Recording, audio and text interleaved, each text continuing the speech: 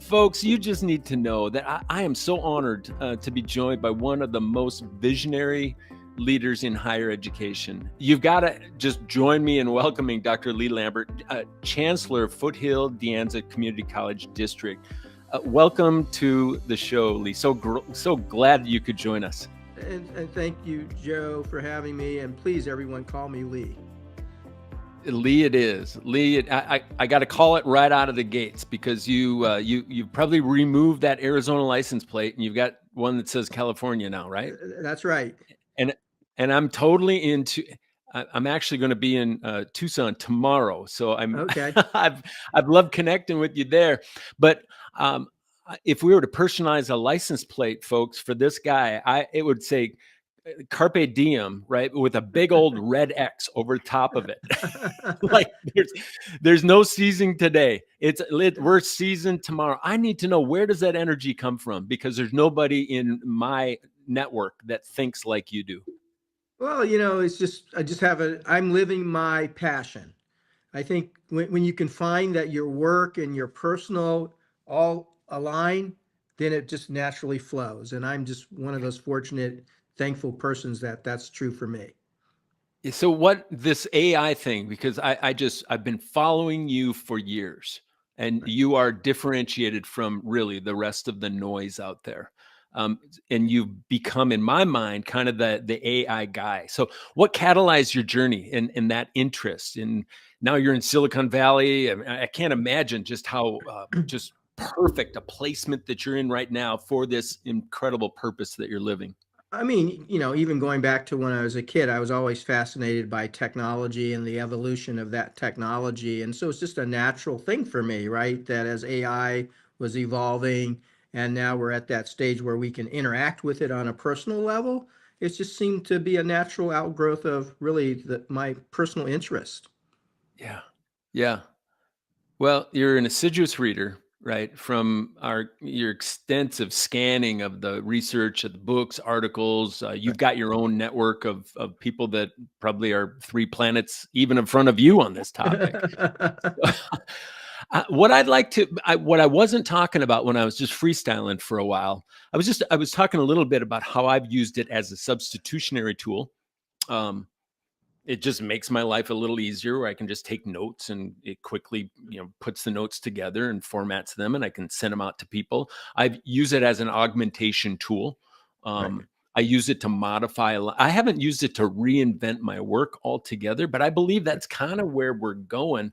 But before we talk about all the good things, how about some of the misconceptions out there about AI? Where are people getting wrapped around an axle that, Well, I think a big part of it is we blame the technology for the things that are really about our shortcomings as humans.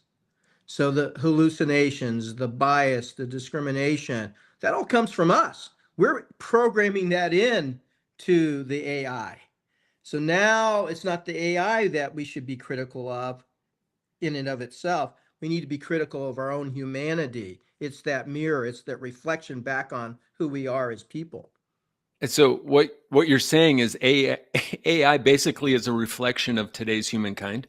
Yes, yes. So all the inherent biases we have as individuals, and then those of us who might go further with that bias and cause harm to others, it's all reflected in that technology. Hmm. So some of the misconceptions out there might be that it's something that actually is thinking outside of our existing contextual reality of Right, bias. It's some other agent out there, right. Now, of which course, when you get something, starting to move things in motion, it starts to create its own sense of self, for the lack of a better way to describe that, right? Because now what you're seeing AI do is cheating. I just learned about AI cheating on chess. This was reported through something that Perplexity, I believe, put out recently. So it's its own ability now to cheat. But again, that's a reflection of humankind, right? We cheat. And so it's learned how to cheat now. that's fascinating. That's that. Yes. Just the cheating at the cellular level of me is now manifest in this Yes. tool out there.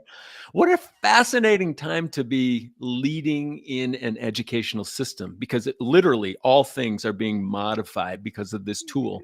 I heard Yes. one author talk about AI being like fire back originally when we discovered fire. How and that just kind of changed everything. And now you can iterate that all the way up to the other Uh, revolutionary. Absolutely, Joe. And really, it's really learning how to use it responsibly, understand. And this is why you'll hear me talk about, I think the liberal arts are more important today than ever. Hmm. The things that teach us about ethics, the things that teach us about history, about humankind, those are more important now than ever. So let's stay on that channel. And how do you see AI really fundamentally changing what it means to be an educated person today Well, in I the think of 20 nearing 22nd century now? Right. I think the way I look, the way I approach AI, it's my thought partner. And it's just to say my my 10th justice, to put in the context of the Supreme Court. And this 10th justice is smarter than all the 9 justices sitting on the court. So can you imagine that you have in your pocket something that's smarter than the sum total of every human being on the planet? And now it's the question of how are you going to harness that, hopefully for good versus for bad, right? And that's where that responsible AI training becomes important. This is why I think the liberal arts are so critical to teach us about that responsibility, our own collective humanity, because you're now sitting on the sum total of the body of knowledge that is out there. Wow. What a great metaphor as well. When you think about just that construct of everybody can understand that framework. I've heard other leaders talking about just that timeless wisdom as our foundation plus AI equals a much more humane world that understands, how to effectively navigate. So you think about some of those, timeless classical principles of wisdom, right? And fortitude and beauty and just anything that a classical system would be built upon, a liberal arts system Right. And plus remember, modern day technology. right? And remember, the AI doesn't have a lived experience. That's what makes us unique. We have lived experiences. We get to go interact with other cultures. We get to travel to other places and bring that into how we think about us as individuals, but the world around us, how we make meaning. And now we have this other partner to enhance that sense of meaning. And it's just if you know how to harness it in that way. And Yeah. that's what I'm working on. Every day I interact with it. Every day I challenge myself to get better with it, and just have natural conversations. Well, again, we're having this live episode. Dr. Lee Lambert, one of the most known people in the world of technology and integration. And if you have any comments or questions, we usually do pre-recorded. So this one we're Okay. going a little bit out there. So any Okay. comments or questions, you can certainly. I'm talking to the audience now.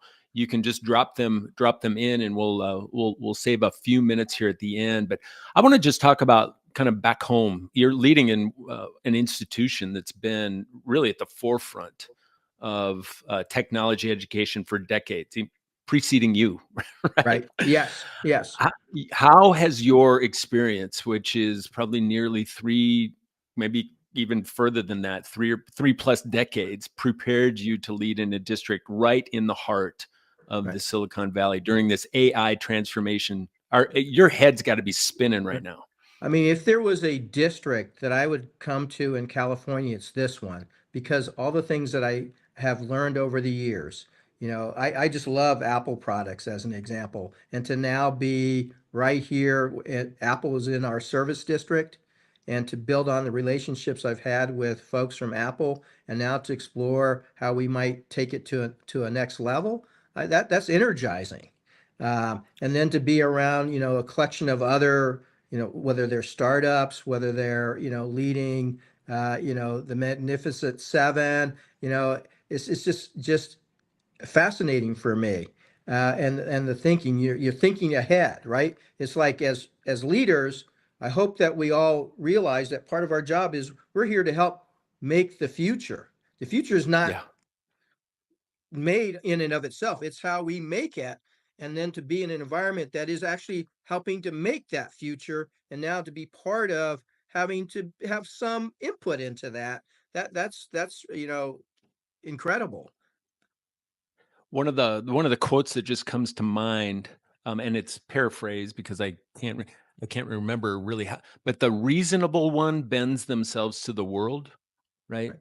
Which we just kind of get lost in the noise of what is, Yes. and you're managing the noise of what is. But the unreasonable one persists, right, in trying to bend the world to themselves, right? Right. Actually becoming a world changer. Therefore, all progress depends on the unreasonable one. So a lot of Right. people might look at you and me as just unreasonable because we get so fired up about this new era and this time to be leading in education. That's not the world that most people live in, just from my We're experience. No, absolutely. What we're experiencing right now, our forebearers experienced coming out of the 19th century into the 20th century, when that combustible engine, uh, that Otto Graham perfected, all of a sudden just disrupted the entire world, and most people were unaware of it until it hit them smack in the face, right? Yeah. And so here we are again. We're in that same moment in time, but now it's AI, it's mobile tech, it's the Internet of Things, it's these collection of tech, the cloud, the semiconductor chip. All of those things emanate from right here in the Silicon Valley. And how do we harness that? And to be around some of the great thought leaders in our world right here, especially the folks out of the Institute for the Future. Ian Morrison wrote The Second Curve, Right. which has been very influential for me in my thinking. Um, and then you had other presidents also write some great books too. Leaders Make the Future. I mean, that's that thought leadership with Stanford right here down the road from us, with Berkeley across I call it across the pond, right? I mean, just imagine being in that environment. So you've got to see this like in real time, and I'd love for you to brag a little bit upon your existing district. You've got two campuses, right? Two separate Correct. campuses. Two Go colleges. Yep. go Owls and go Mountain Lions, huh? Correct. You How'd we got go? it. Huh? Owls and mountain lions. Yeah, nothing better than having a mascot, right? We still Right. need mascots in our future-focused educational institutions. But what's making you really, really proud about how you are effectively reprogramming to meet the demands of this future-focused generation for real life students that are walking your campus today? Well, it's really being able to interact with the young folks who are coming through our K-12 system, and seeing what really uh, is passionate, it drives their passions and so forth, and how the technology is a critical part of that. It's not the only part of it, but it's a critical part of that. And then what does that mean for us and how we start to rethink what we're doing? And so realigning our world consistent with that, and then being able to shape things accordingly. But my big thing is trying to energize our faculty on the liberal arts and the humanities side, because their place, like I said, is more needed than ever. Empower them to Yeah. seize upon the opportunity in the moment, and help elevate the conversation beyond just the technology. Interesting. So yeah, I think of my whole brain is a beautiful mind. It just has different frameworks, and there's the Rogers diffusion of innovation curve that Yes. has been used since the early 1960s. And so you've got kind of the tail end of that represents status quo, that doesn't want a whole lot to change, and then you've got a few crazy ones out in front, like like yourself. Right. What and I would say the further you go up in the org chart of any, educational institutions, the more crazy ones you're gonna see up there, Right. trying to lead more of the status quo. So, What advice would you have for educational leaders from your experience, your practice? Because there's a lot of people just putting their foot on the brake right now. How do you get people to just gradually? Because I think the day where you pound the fist on the table and demand, that's gone. So, That's how gone. how do you get people to gradually begin to really grapple with AI's implications for their institutions for good? Right, but I think you hit it earlier by citing Everett Rogers' work, right? And if you think about that as a way to drive change in your organization, so that's one part of it. And then I think bringing this lens of compassion as another aspect, especially around the humanity aspects of all of this, and then starting to put into the world, you're thinking about these realities, especially the current conversation around AI, and then start to see who you attract, right? So what's happening is the faculty, the staff who are the early adopters are starting to make themselves known, and then you start to work with them to say, how can we socialize this into the organization so professional development becomes a critical part of that equation, and then slowly you're building that momentum by empowering not only that group, but then you get to the early majority, and then eventually hopefully you get to that tipping point, right? And so that's, I think, a big part of it, right? Identify who your early adopters are and start to work with them to socialize the technology, but always with compassion in mind, because people's Right. fears are real, people's Oh my concerns gosh. are real. You have to acknowledge all of that, and but at the same time help people uh, slowly move towards a different reality, right? And being very sensitive to that, as opposed to I'm going to just force you to do this. That's not going to work. That never works, right? And No. and it's not going to work in higher education. So that's how compassion plus just understanding how the change process, especially for technology adoption, happens. I heard another campus leader a couple weeks ago say it's his consistent and patient walk towards urgency. Yes, I that's an What excellent a way to put it. beautiful way to describe that. It's a Absolutely. consistent and patient walk towards urgency because it is Right. urgent. It's a transformative tool that if we don't jump on this thing, it's going to change with or without us, our entire Right. infrastructure of what So, we so know let me and give you an experience. example of that. In 1898, they had the first International World Urban Planners Conference in New York City, and the conversation du jour was manure. They were talking about horse manure and how it's impacting cities. What they didn't talk about was that four-stroke engine that was going to revolutionize the world. They completely missed it. What if they would have been focused on that reality? How would that have driven how we think about our cities today? How we might even think about is the combustible engine the right technology? There was also electric technology back there at that time too. What if they would have focused on that conversation than the horse manure that was out on the streets? That's, I think, the challenge we have today. How do we have the conversation about AI? How do we make sure that conversation is about responsible use of AI? And because you're not going to change the fact that AI is here, that you've lost that opportunity. Now it's how do we harness it for good? Mm, I can't think of a better metaphor for below the line talking about the Right. manure within our institutions rather than the functional tools that are effectively changing Yeah. everything. There is a ton. We're coming in for a landing here, folks. If you've got any questions or comments, please post them because this is like the 2 minute warning in the game of football, right? So and maybe we'll burn a timeout. But Dr. Lee, there's just a lot going on right now in the world of higher ed in terms of that's just provoking a lot of fear, a ton of uncertainty, loads of conflict, all the things that kind of diminish trust that tends to get built in institution, and lots of disruptions around just this artificial intelligence. Think of a critical message about AI and education's future that would be wrapped in a hope-filled message that you would want all leaders to just understand about our current era. What encouraging, hope-filled message would you have to share as we come in for a I landing? think, not losing sight of the world has always been a marathon, not a sprint. And for those who aren't afraid to put themselves out there to help be part of shaping what that future is going to look like.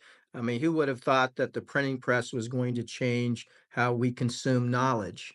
And but yet, but but it happened, right? And it's the same thing here, right? AI is going to change the way we're going to consume knowledge. But think about it. I think this is the true opportunity for democratization of higher education.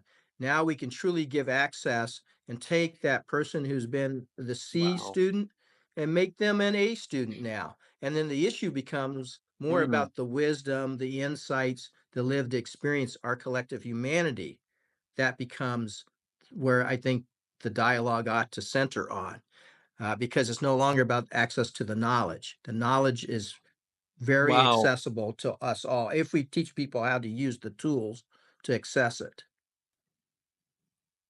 Yeah, you think about just all that's going on in the world of inclusivity today and access, and how if this tool used for good actually breaks all of those barriers to say there's no excuse anymore for anyone not being an, a knowledge Right. worker, That's right. right? It absolutely levels the playing field. The first tool, I think, in all of Right. humankind that has been able to do And that. when you layer in the reality of quantum computing that's going to become part of the computational power of the technology, you can only imagine what might be coming. And it's mind-boggling. If you want to get a little taste of it, go to the Sphere Yeah. in Las Vegas and postcards from Earth. They had an exhibition, a robotic exhibition there, and they had these 5 robot stations. And one of the robot stations, if you stood in front of the robot, it would talk to you in English. You move just a few degrees, it talks to you in Mandarin. Move another few, talks to you in Spanish. It's saying the same thing in these different languages at the same time. But it can, Tell us again. I'm going to put this in the uh, notes. The sphere so of there's a thing called the Sphere in Las Vegas, and they had this show called Postcards from Earth. And part of that, they had this robotic exhibit and these 5 robot stations, and you can go interact with okay. these robots. Obviously, AI is integrated into the robots. And then one of the stations powered by what you can start to imagine what quantum computing can do. Uh, and that's where that language example I gave earlier. Can you imagine that we could be in a room together? We don't even have to speak the same language, but thanks to AI, we could all be talking the same language. I mean, that's amazing to think about. And Mind what's blowing. that's profound. And but what is it going to mean? And that's where I think, again, I can't say enough about the liberal arts orientation and helping us understand how to be responsible about it all. Whew, Lee, You're thank you. welcome, Thanks Joe. for joining us. What a visionary leader, student centered leader as well, and showing us what leadership really looks like in this age of AI. To our viewers out there, keep your eyes on Foothill De Anza Community College District. Go Owls and Mountain Lions again, right? They're winning. They're winning in so many ways, and I'm going to bring you back here, Lee, at some point where you can actually talk about your campus a Okay. little bit more. We'll bring this thing down to just what is functionally happening I'd love to do that, Joe. for you and your people there, especially maybe that integration of how your liberal arts folks are getting more revved up about the Right, technology as well. right. So, for those watching live, thank you for your engagement. And I bet you had some questions that you didn't pose. We're going to give you some opportunities. You can actually do some follow up, and I'll explain what that looks like at a later time. This has been the show, reminding you that everyone deserves really to live in a community served by healthy leaders like this amazing individual right here who are building amazingly reliable systems that our communities deserve. So before we wrap up, I'm just going to ask you to do what all the kids do. You like the show, right? Thing, because it will be sent out as a pre-recorded, so you can send this out to people that just need to hear the gold that came out of this conversation today. So, Lee, again, thank you for joining us. This is Joe with the show. Yeah, just reminding you that we got to cancel all things average out there, and nothing average about this person.